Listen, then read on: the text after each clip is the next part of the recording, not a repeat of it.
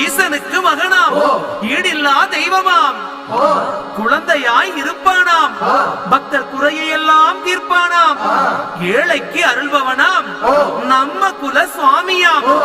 அப்படிப்பட்ட சுவாமி ரொம்ப சிறுசையா, ஆனா சக்தி ரொம்ப பெருசையா.